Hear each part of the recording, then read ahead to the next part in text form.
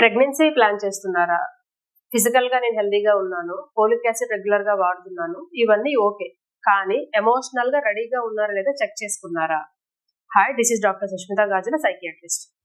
ఎందుకు ఎమోషనల్ గా రెడీగా ఉండాలి? ప్రెగ్నెన్సీ ప్లానింగ్ లో ఫిజికల్ హెల్త్ గురించి ఎంత జాగ్రత్తలు తీసుకుంటామో మెంటల్ హెల్త్ గురించి కూడా అంతే జాగ్రత్తలు తీసుకోవాలి. ఎందుకు అంటే ఇప్పుడు వరకు వైఫ్ అండ్ హస్బెండ్ ఉన్న వాళ్ళు డెలివరీ అయిన తర్వాత పేరెంట్స్ గా మారుతున్నారు. సో రెస్పాన్సిబిలిటీ పెరుగుతుంది, ఒక రోల్ అనేది కొత్తగా మనం తీసుకుంటున్నాము. దీనిలో చాలా మార్పులు వస్తాయి. ప్రతిరోజు చేసే పనుల దగ్గర నుండి మన ఆఫీస్ దగ్గర నుంచి వర్క్ పరంగా కూడా అనుకోనివి కొత్తగా స్టార్ట్ అవుతాయి, ఉన్నవి పోతాయి. సో లాంగ్ రన్ లో ఫ్రస్ట్రేషన్ వచ్చి అబ్బా నేను చేయలేకపోతున్నానని గొడవలు వచ్చే అవకాశాలు ఉంటాయి. ఇలా రాకుండా ఉండాలి అంటే ప్రెగ్నెన్సీ ప్లానింగ్ లోనే శారీరకంగా ఎలా అయితే జాగ్రత్తలు తీసుకుంటామో అలాగే మానసికంగా దృఢంగా ఉండటానికి ఒకరికొకరు ఫ్రీగా కమ్యూనికేట్ చేసుకోవాలి.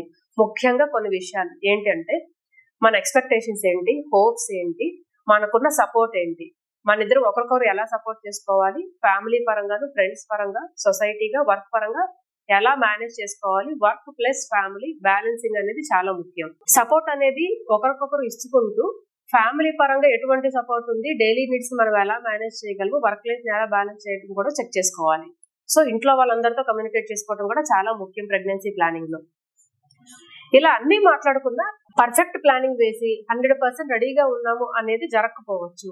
కానీ ఎలా అయితే శారీరకంగా ఓకే హెల్దీగా ఉన్నాము, అన్ని రెగ్యులర్ గా చెకప్ చేయించుకుని బాగున్నామని ఎలా చెక్ చేసుకుంటారో అలానే మానసికంగా కూడా ముందే ప్రీ ప్లానింగ్ గా ఉండి ఒకరినొకరు ఫ్రీగా కమ్యూనికేట్ చేసుకుంటూ మాట్లాడుకుంటూ ఉంటే నెక్స్ట్ వచ్చే ఇబ్బందుల నుంచి గొడవలు అవ్వకుండా ప్రశాంతంగా లైఫ్ లీడ్ చేసుకోవడానికి చాలా బాగుంటుంది. డెలివరీ అనేది ఒత్తిడిగా కాకుండా ఎమోషనల్ గా స్టేబుల్ గా ఉండడానికి హెల్ప్ అవుతుంది. ఇది మీకు మీ బిడ్డకి చాలా మంచిది.